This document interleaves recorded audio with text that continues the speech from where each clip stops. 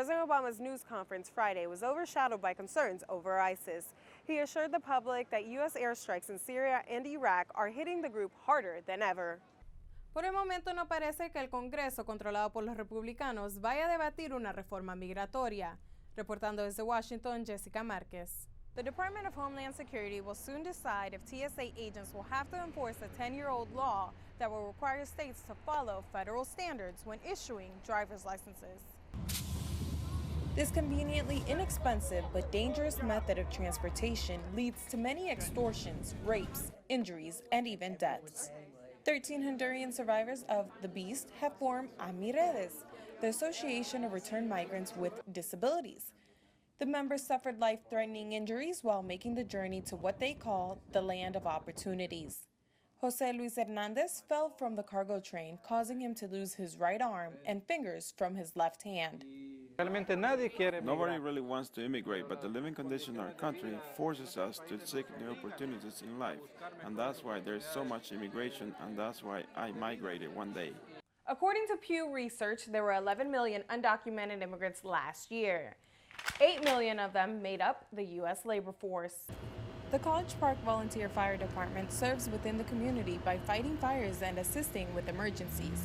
Student volunteer Max Krug is a full-time student who feels like the College Park area is a great place to go to school and ride fire trucks all day. We're like a family. 90 years ago today, the College Park Fire Department began serving the community.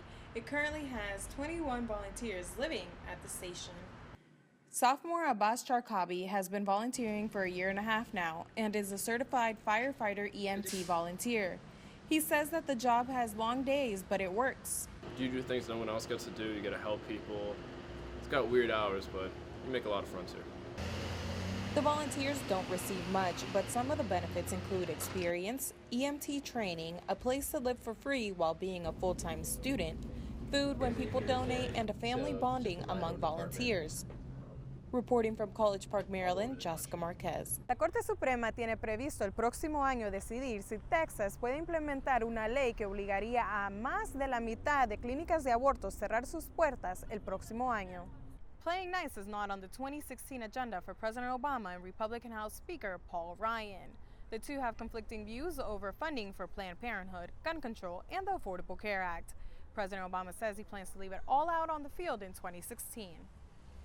Latino student organizations at the University of Maryland have started using the word Latinx in order to be more open and inclusive to Latinos who are members of the LGBT community.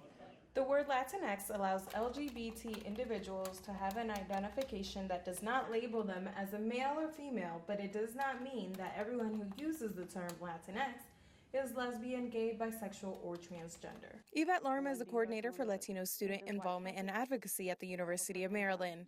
She says that she does not exclusively use the term Latinx, but yet uses it as an umbrella term. I usually like using it in conjunction with Latina and Latino and Latinx because it complicates language to also empower those individuals that are transgender and who want to be referred to as a specific gender. Latinx emerged about 2 years ago. Some students and staff members don't have an idea of what the word means.